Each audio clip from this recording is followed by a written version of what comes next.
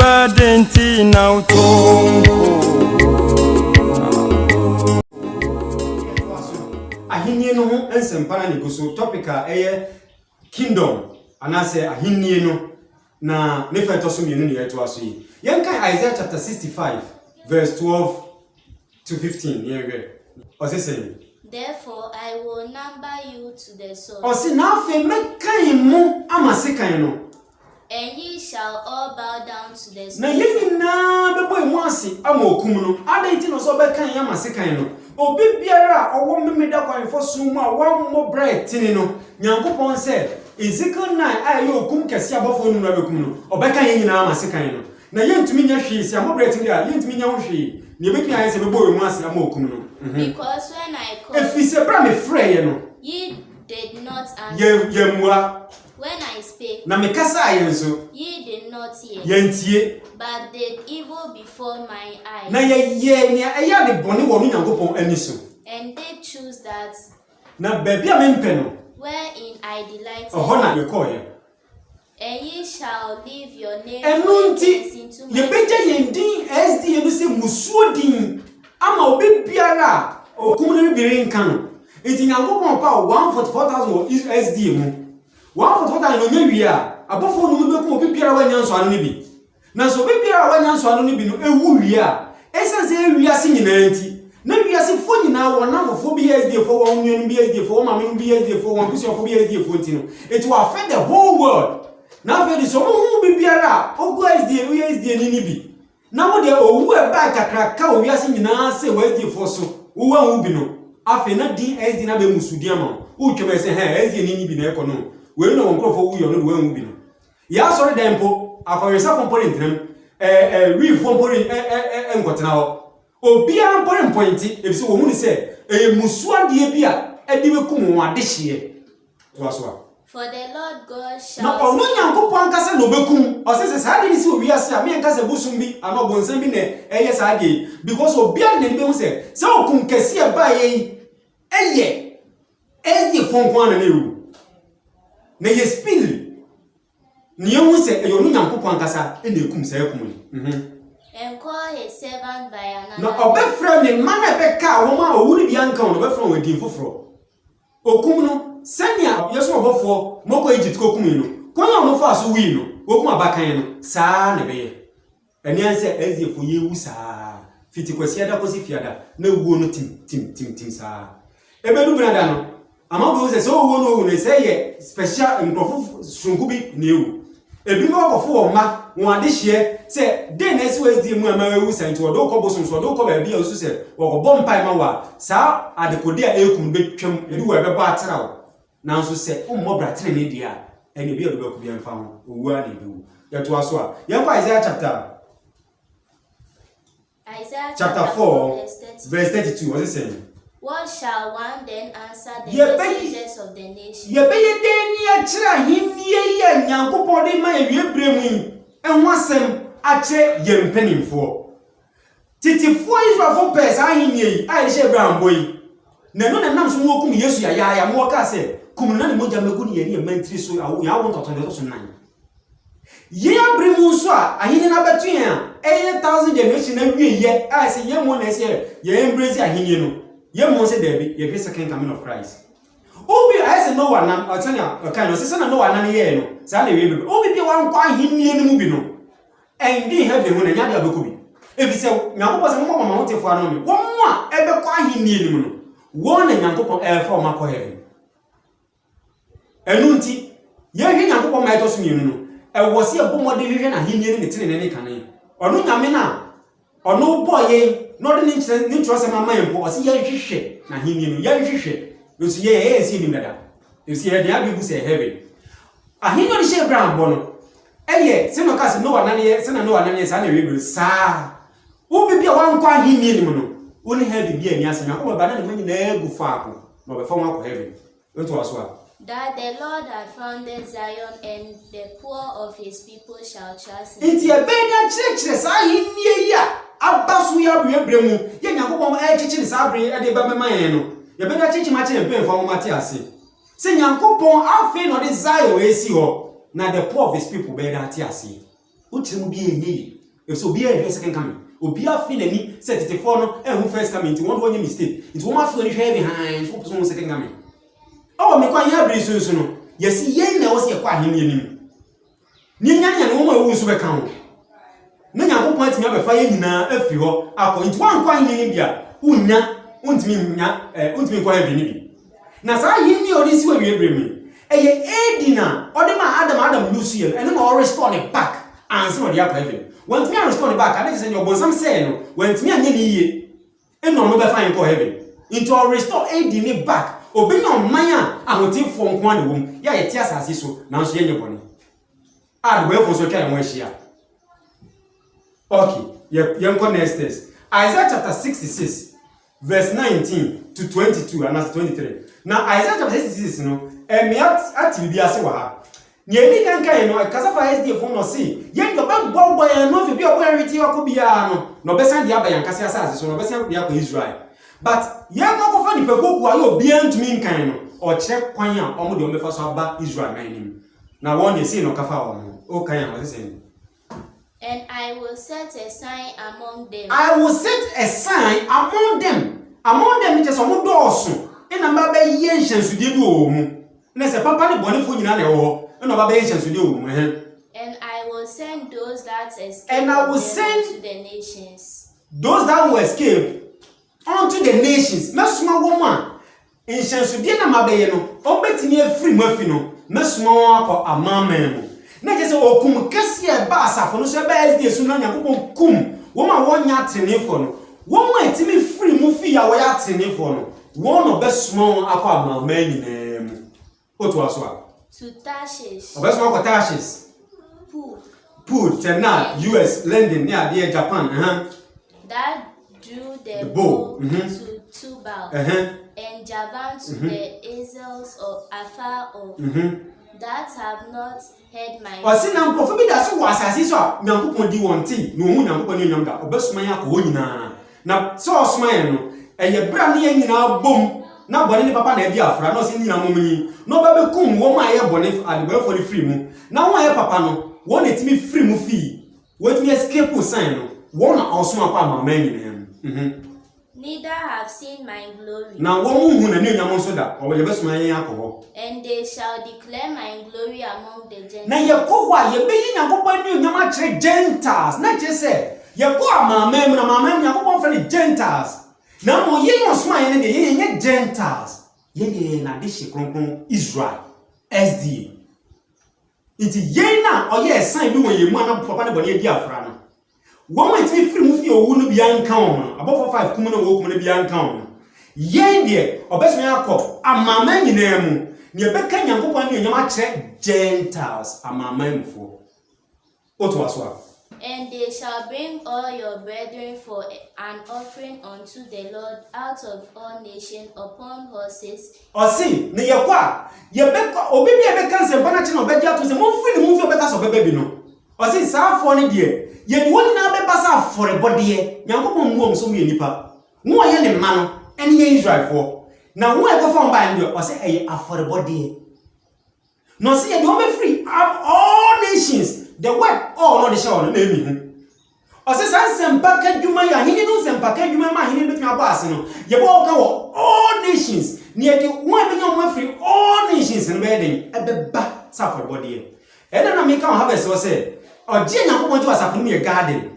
No, Jia or do we as an air fool. But over for now for your harvester, Ujano by no, in your panel, a Diana Wakukan, Uja go full mana, Debbie. Or see, when you're calling for cancer panel, yen Jenny Pano mining, yen Tiaso or mom, now we are going in our beba. From all nations. What was what?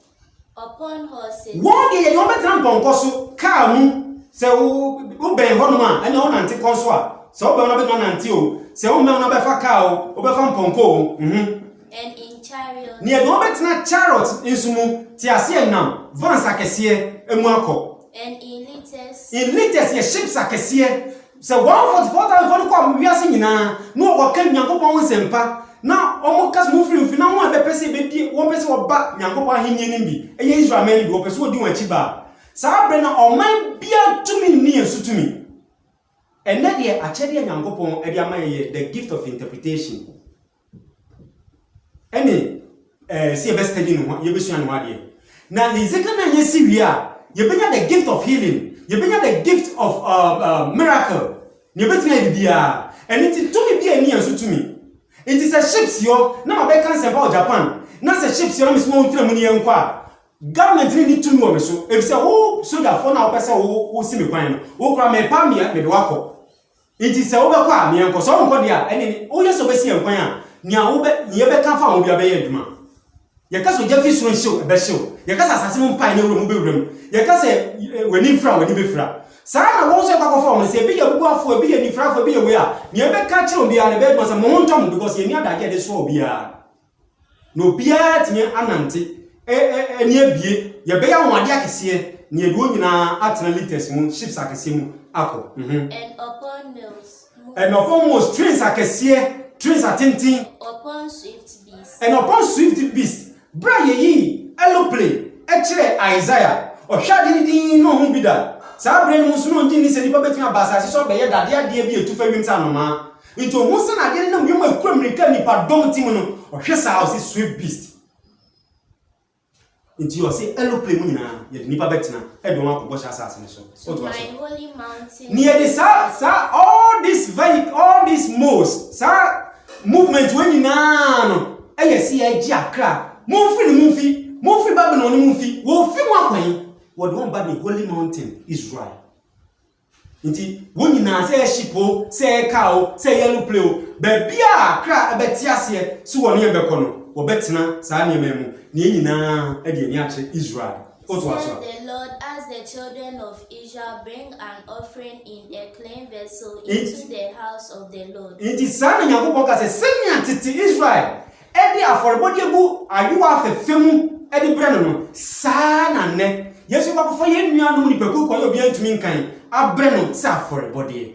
And I will also take of them for priests and for Levites, say the Lord. Na Gentiles ni ba ko fa o ma ba no ye de o mo ba nyankopon so be fa bia sofo o be fa bia mo so akwa nsempakafo si no be ye be no ye ko ni akofo nipa ne ba wo be du ya na onkrokun egu won so oho anu won so okọ no mo so makofa bia ba no mo so mokọ no makofa bia ba na wo ma won na be di kan si nyankopon hin ni o ba be si asasi so amaye anaso ochichi asasi so wo be di kan aya ahini ne chichifo ene ne yefo kane no eye 144,000 into say ya konye di nipa ne ba wonyo medu na onkrokun se na asuafo ne kan sempa na wo kan nipa 5,000 sakra na won na bon so won so asak won so preach no sa pepe ina ebeye na enuanom mame misawo insempa keduma ba wiase na ne so pa ye ne asuafo ne ye so mo kwa mama nyina ngo kasa mo ba ko kasa na nipa 5,000 sakra ni yanti o bia da so mo kwa mama mu no o mo kasa na nipa sakra wo so nipa ne fi mama ni e do ba Israel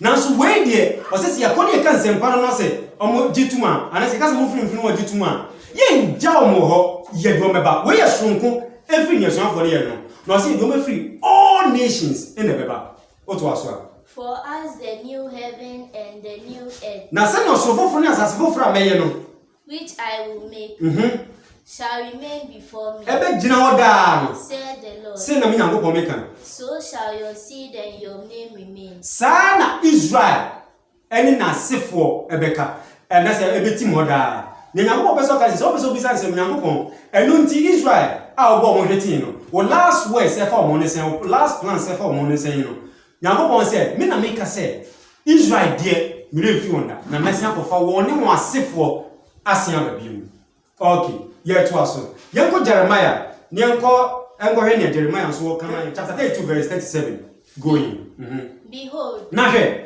I will gather them out of all countries. But you can all. I'll say I will gather them from all countries.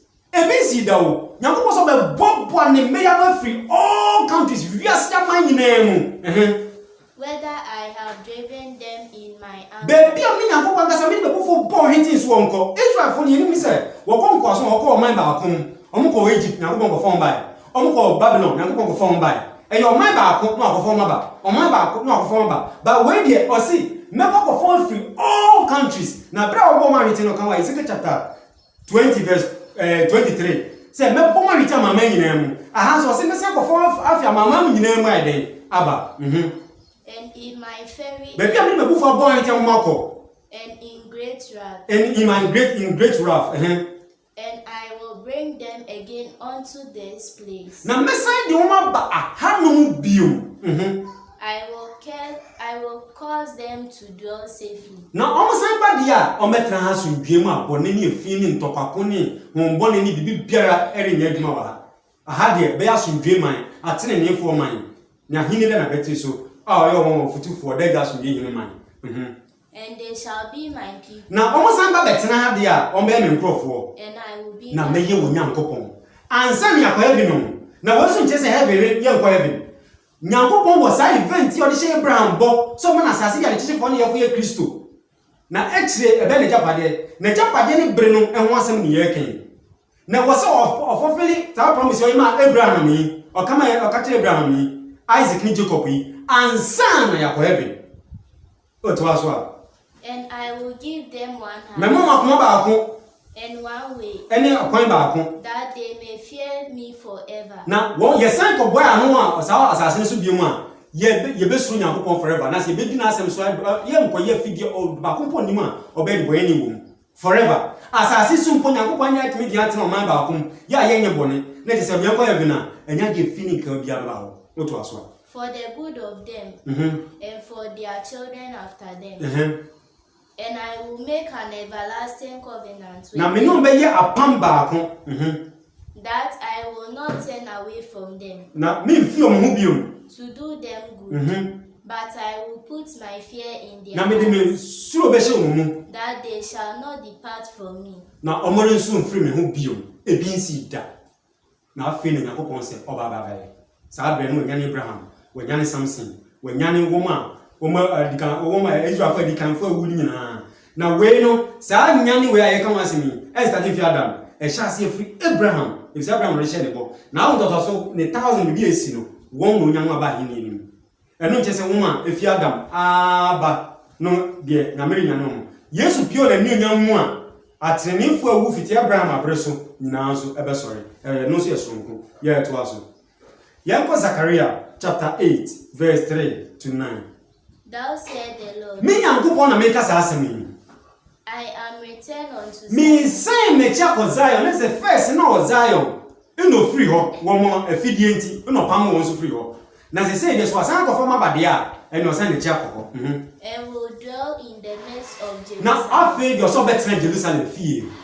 And Jerusalem shall be called the city of Na sa brand dey be Jerusalem say Nyankopon man e no kreman. And the mountain of the Lord of hosts, the holy mountain. Ni ebe frɛ Nyankopon man ni se pepo, Nyankopon pepo na ene pepo kronkron. Thou said the Lord. Na say na me Nyankopon meka.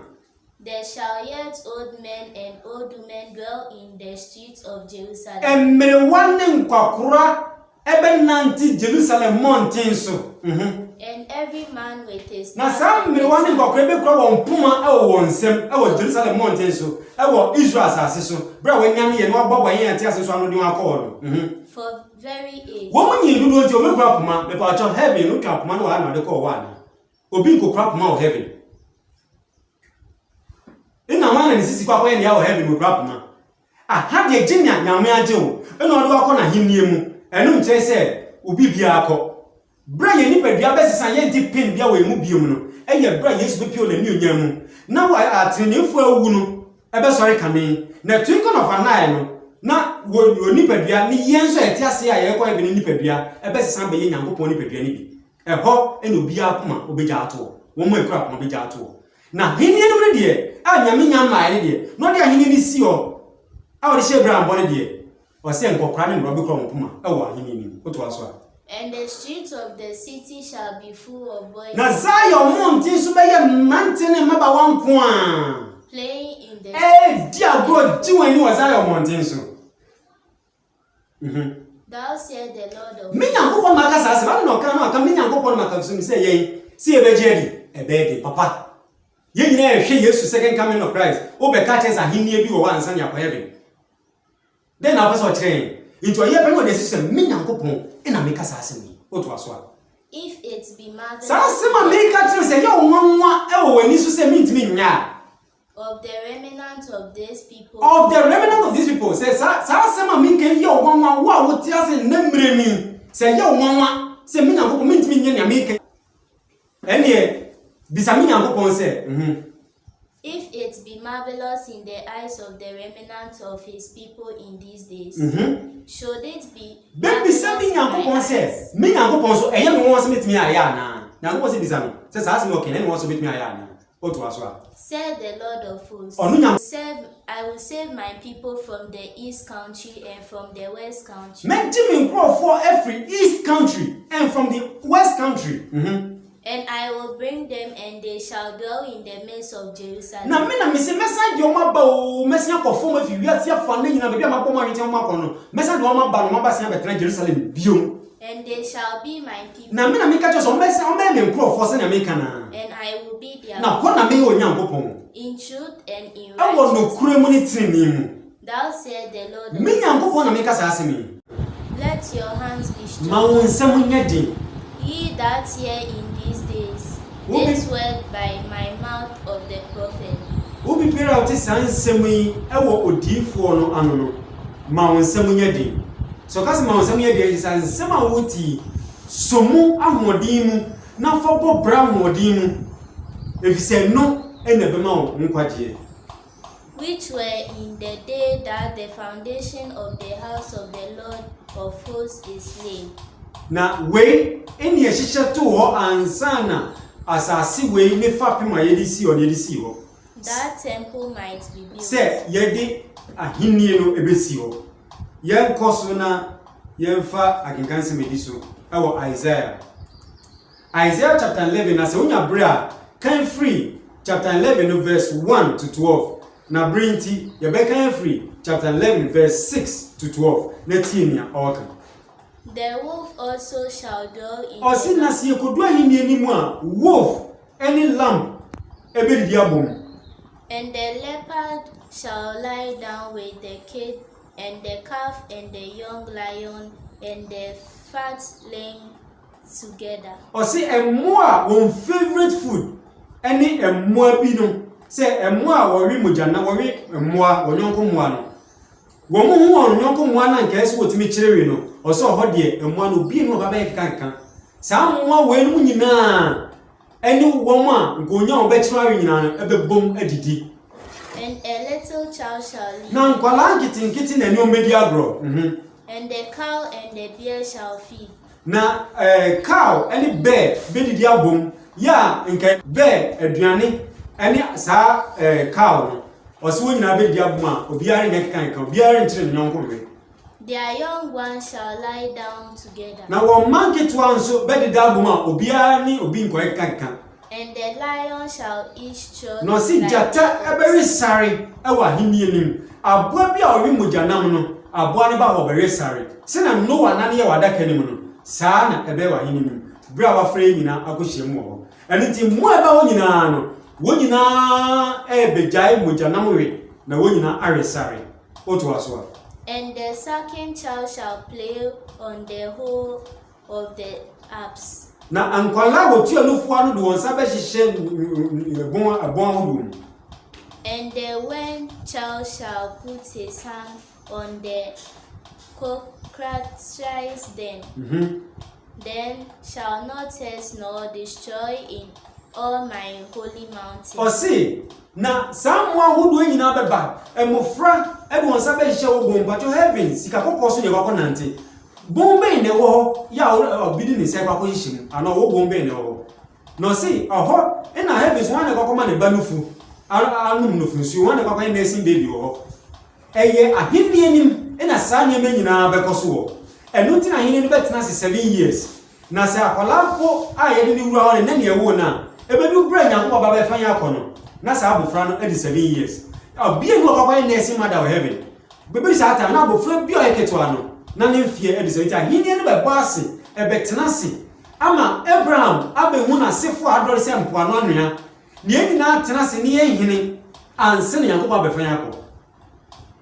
And Nuti, or see somewhere in a one betina or Yago Common Banaria, or Telecam one and young moi, Ubagana, your mobile more forest near dear, your woman. But according to statement, we don't say one no fear, we a pet. Jatan when I get no fear, what you know na da, you know na pie. Senia nka Adam ni Eve, Edin try na medima on the no. Saa na ebeye. Inti Edin try Adam hwe no, ene Nyankopon san restore ne back. Inti ye ne moa ebedi agro se na obo Adam ni Eve foforo no. For the earth shall be full of knowledge of the Lord. O si na saa de nyina be koso asase so. Na asase so be Nyankopon nim de enko. Ebe obi abi se, o asema ye kan de, ebe ye ko ni 1000 years na wie ni aba no, e me besi. Yen kin kan ye se e yam pass ye ko ni 1000 years ni wie ba, e na we besi. Ana e besi anse Nyankopon e de akọ heaven. As the waters cover the sea. Senia insuo kata akono so no. And in that day, Na saa bre ni mu no, there shall be a root of Jesse, there will be a root of Jesse. which shall stand for an ensign of the people. O si, ye kan root of Jesse, I guess what say, David ahini odi ye, but the coffee Jesse. Say Jesse na wo David, ina David be di ahini ye Israel. No si, Israel manya David di so be se peje biom. Na wo be nyo ahini a, ne mra be hye no, e na manya man na be so. O si, it shall the Gentiles seek. Ye go heaven ni esan ye go 1000 years ni e ba. There will be no more Gentiles seeking to be saved. So when these things is happening, sa nyama we sisi e wasase so mamoa aba hini nim wonye keka won keka wonu anu won bibia say niwa. O si sa brenim ina Gentiles amamamufuo who seek won be pese wo be ba Nyankopon ahini a odi amane ma ye Israel asase da we wo be pese wo be ba no. And his rest shall be glorious, and it shall come to pass in that day Na beba be twem wo sa nanim ni say a da ye nim ba be say that the Lord shall set his hand again the second time to recover the remnant of his people. O si Nyankopon besia tene ni nsa the second time again. O besia tene ni nsa ebiom the second time, so the betting Israel for nyina efiri nkwasoma ba fie. And the not first time near Hifa. First time or Israel 12 tribe of Israel ba fie e ba Canaan as so. E ye brebe. If say we see Nyankopon besia tene the second time it shall come to pass. Na che say Nyankopon ba fa ne magina fi wiase kwe afana nyina mama nyina mu. E dia ko Canaan na second time. But first time you time of free Egypt, e do ko Canaan. Oto aso. We shall be led from Assyria and from Egypt and from Patriots and from Cash. Bravo bo enkroma na bo miensa ne kire se okofa asa nkrofo efi wiase afan na nyina ne amama nyina mu. Dem se titini nim se Israel foko nkwaso ko man ba kum na Yakobon ko fomba ba we die obo nkura ebro miensa.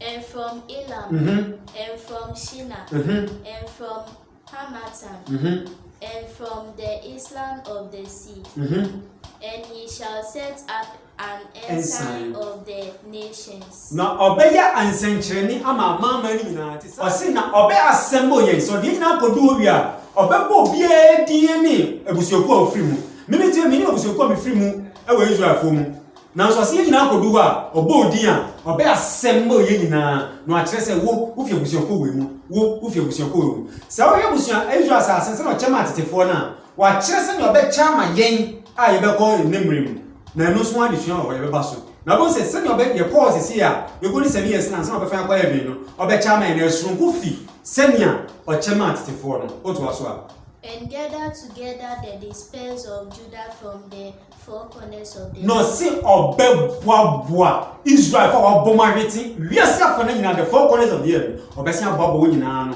asia ba Israel biom asia ba Canaan biom asia ba Jerusalem biom enuanu ensem amu edru yemfa last verse na yemfa this one mrewi Zechariah chapter 8 verse 22 to 23 what is it? Ye many people and strong Fadi o see ye many people and strong nations o say she amanya kesie ina nipadom bebre be yeden shall come to seek the Lord of hosts in Jerusalem. Woni na beba abehwe Nyankopon e wo Jerusalem wo beba Satan wo Jerusalem one cause a strong nation o say strong nations to say Japan US it unim America set Japan say one for total ni bi ko because one free president so na ka choma muni na se nyamuni machimi yanko no mamuni na ebotwi eba Israel na nye strong nations yet was well to pray before the Lord. na omo beba be bompaye e onyankopon anim e say Israel enyankopon fie Israel enyankopon man eno nti amama nyina ebeba ho Thou said the Lord, me nyankopon na meka sa asemi in those days na san nanim no it shall come to pass ebeba be twema ma wodo ani ehu adi wa dance say that 10 men shall take hold out of all language of the nations. Nipa du a che universal o si ni pam pim beso obi biara o ye den. Even shall take hold of the skirt of him that is a Jew. Now say one for that for call mama mo kan say nipa be fi mama hudu nyinam aso ni mu aka say ye no beko. Saying No meka say we will go with you, ye no beko for we have e fi say ya ti say God is with you. nyankopon ka mo ho wiase nyina sa bre no oho na se open kwaje wo se wo ba na we na nyankopon ese obeye so be bobo ne nyina no fi mese fa ne nyina no de o ma ko gu ni bosha sa so ye kena na no de she bran bo se o de ho be man se na kasa japade ka che bran se na se ko be reason for ran into Benyane Abraham, Wenyane Isaac, Wenyane Jacob, Wenyane Israel 10,000 generation, no woman here involved in ABC SDA 4 years so, or we have a way faithful to Benyane. No, or the Yenina Asian call. The young yes, make your so I have a fire call. Not the men na Bob by Yam. Oh, my back. No, a fire in there. Apple soup. Wayne and him, no, I won't say, but I said, Nya, and now this young again listening. And you know. Number now who was paying this na yenfa addition di go bia family the bibia won tia se making up friend na men come with them say na the humo bronte should amen.